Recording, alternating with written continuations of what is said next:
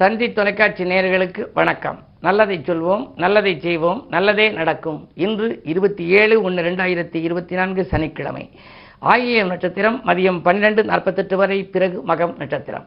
இன்றைக்கு நான் உங்களுக்கு சொல்ல இருக்கிற நல்ல கருத்து, பூர்வீக சொத்துக்கள் யாருக்கு கிடைக்கும். சில பேர் என்ன சொல்லுவாங்க அப்படின்னா, இந்த எங்களுக்கு பூர்வீக சொத்து நிறைய இருக்குது, ஆனால் அது ஒருத்தர் கையில் இருக்கிறது வாங்க முடியலை, சில பிரச்சனைகள் இருக்கும்பாங்க. சில பேர் சொல்லுவாங்க பூர்வீக சொத்தை பிரிச்சுக்கிறது அப்படின்னா அண்ணன் தம்பிகளுக்குள்ள அரசல் பிரசலாக இருக்குது, அவங்க ஒருத்தர் வந்தால் ஒருத்தர் ஒத்து வர மாட்டேங்கிறாரு, எப்போத்தான் கிடைக்கும் ஜாதகத்தில் அப்படின்னு சொல்லி கேட்பாங்க. பொதுவாக சொத்து அப்படின்னு வாங்கணும் அல்லது சொத்து பற்றி பேசணும் அப்படின்னா ஜாதகத்தில் செவ்வாய் நல்லா இருக்கணும். செவ்வாய் அங்காரகன்கிறது பூமிகாரகன் அதுக்கு பேர். எனவே அது அந்த பூமிகாரகன் நல்ல நிலையில் உச்சம் பெற்றிருக்கணும் அல்லது ஒரு குறிப்பிட்ட கிரகங்களோடு சேர்ந்துருக்கணும். அப்படி இருந்துச்சு அப்படின்னா அவங்களுக்கு பூர்வீக சொத்து கிடைக்குமா. அதுக்கென்று ஒரு பழைய ஜோதிட பாடல் உண்டு. என்ன அப்படின்னா, அங்காரகன் அப்படின்னா செவ்வாயின்னு அர்த்தம். அங்காரகன் என்கின்ற அழகான செவ்வாய் உங்கள் மங்கள ஜாதகத்தில் மகத்தான உச்சம் பெற்றால், அது உச்சம் பெற்றிருந்தால், அதாவது மகரத்தில் இருந்தால் உச்சம் பெற்றால் தங்க நிகர் சொத்து சேரும், தைரியம் கூடும், கங்கணம் கட்டி சொல்வார், கடமையை கருத்தாய் கொள்வார். அவர் கங்கணம் கட்டி இதை நான் எப்படி வாங்கிவிடுவோம்னு சொல்லுவாங்க. அதை எப்படி வாங்க முடியுமா? சூரியன் செவ்வாயோடு, சூரியனும் செவ்வாயும் சேர்ந்திருக்கணும் ஜாதகத்தில்.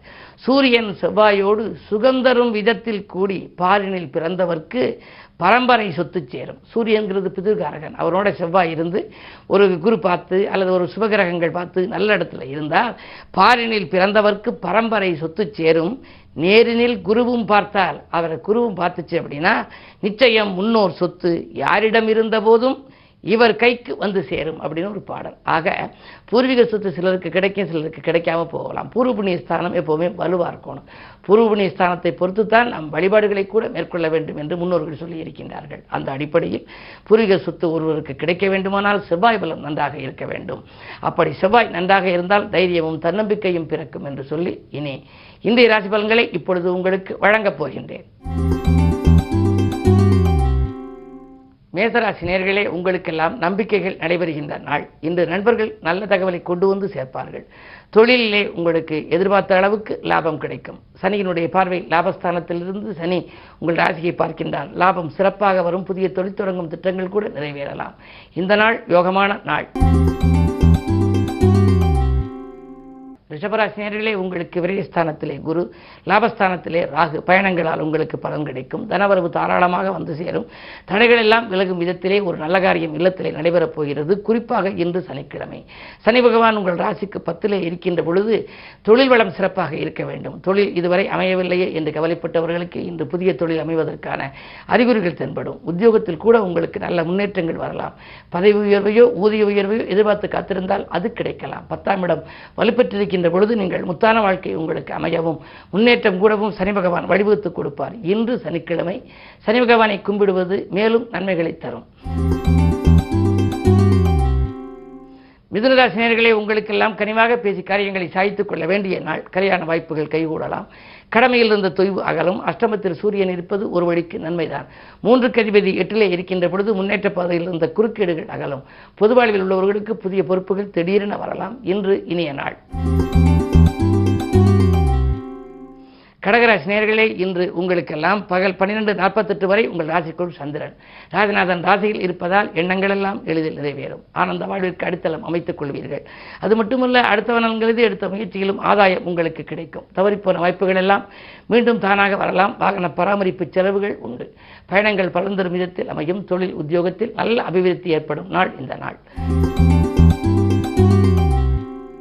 சிம்மராசி நேயர்களே, உங்களுக்கு பகல் 12:48 மேல் சந்திரன் உங்கள் ராசிக்குள் வருகின்றார்.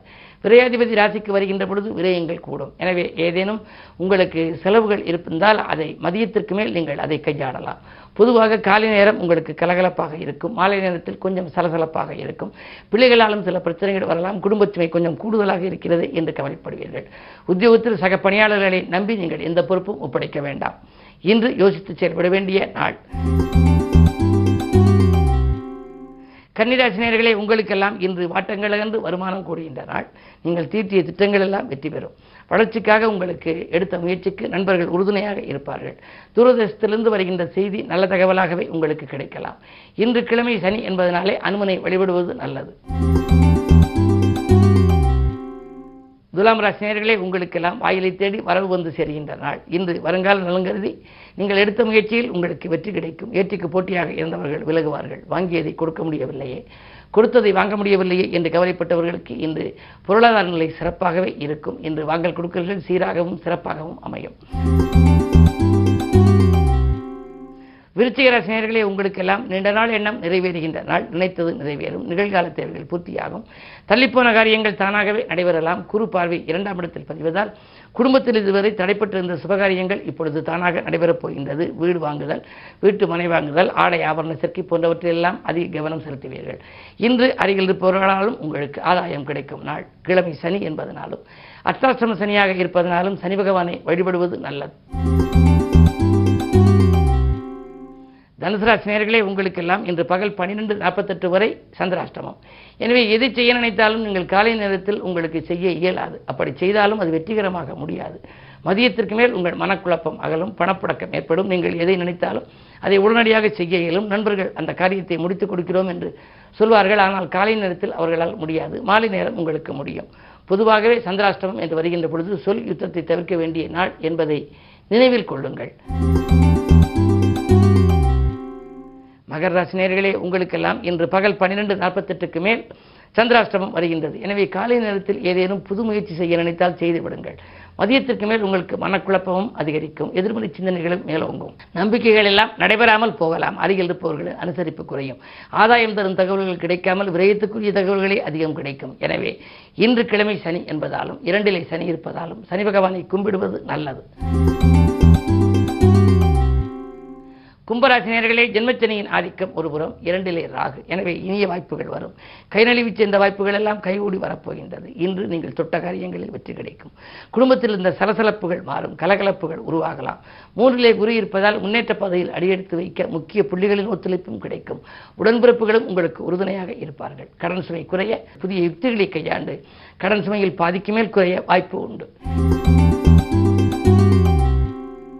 மீனராசி நேயர்களே, இன்று மிகச்சிறந்த நாள். சிந்தித்து செயல்பட வேண்டும் என்று நினைத்தாலும் கூட நீங்கள் சிந்திக்காமல் செயல்பட்ட காரியங்களிலும் கூட உங்களுக்கு வெற்றி கிடைக்கும். அதிகார பதவியில் உள்ளவர்களின் ஆதரவும் உங்களுக்கு உண்டு. மற்றவர்களை நம்பி எந்த பொறுப்பை நீங்கள் ஒப்படைத்தாலும் அது சிறப்பாக முடியும். 11ஆம் இடம் எனப்படும் லாபஸ்தானத்தில் சூரியன். அரசு வழியில் சலுகைகள் கிடைக்கலாம்.